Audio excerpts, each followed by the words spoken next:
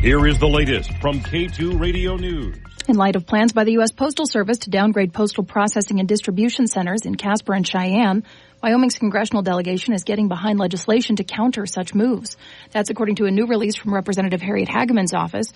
She and Senator Cynthia Lummis are introducing the Postal Operations State Timely and Local Postal Act. Senator John Barrasso is a co-sponsor. If it becomes law, the bill would prevent the Postal Service from closing, consolidating, or downgrading processing and distribution centers if the center is the only one in the state or if the move would hurt mail delivery. The U.S. Postal Service would like to move the Casper operations to Billings, Montana, and the Cheyenne Distribution Center to Denver.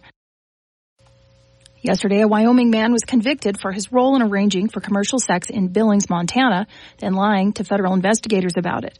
He was sentenced to 1 year of probation and fined $7,500.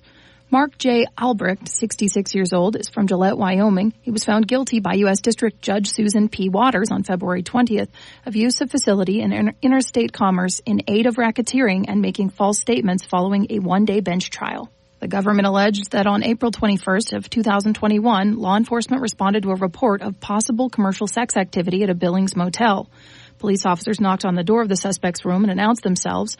A woman identified as Ashley Stella of Reno, Nevada, another unnamed female who was a minor at the time, and Albrecht emerged. He was seen buttoning up his shirt as he exited the room. He initially denied to police and FBI officers that he was in the room for a sexual encounter. He offered various stories as to why he was at the hotel. He did ultimately acknowledge that that is in fact what he was doing and that he used social media and his cell phone to arrange it.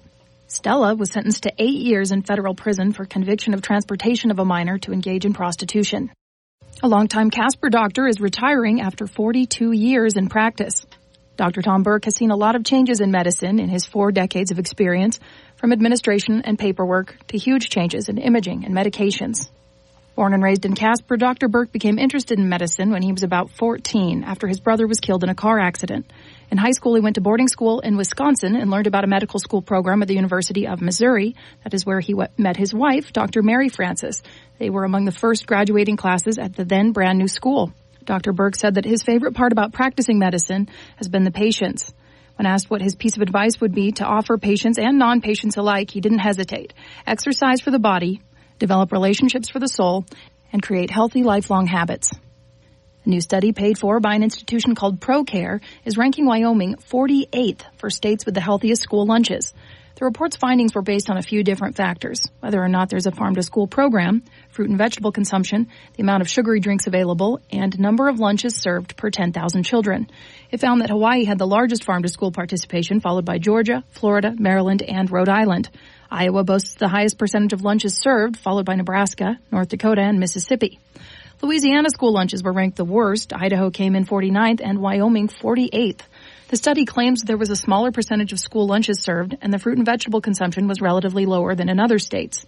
While Wyoming's gardening seasons are not the same as Hawaii, according to the USDA, farm-to-school programs are picking up momentum in the Cowboy State in the last 10 years. In fact, more than half started less than 3 years ago. Local food and agricultural education activities are showing up in the cafeteria, the classroom, and the garden. Farm-to-school activities include experiential learning in the classroom, in the garden, and on the farm. Wyoming districts have even begun embracing a farm-to-fork approach using local beef to feed students. Each district also chooses whether or not to participate in the other USDA child nutrition programs like the school breakfast program, after-school snack program.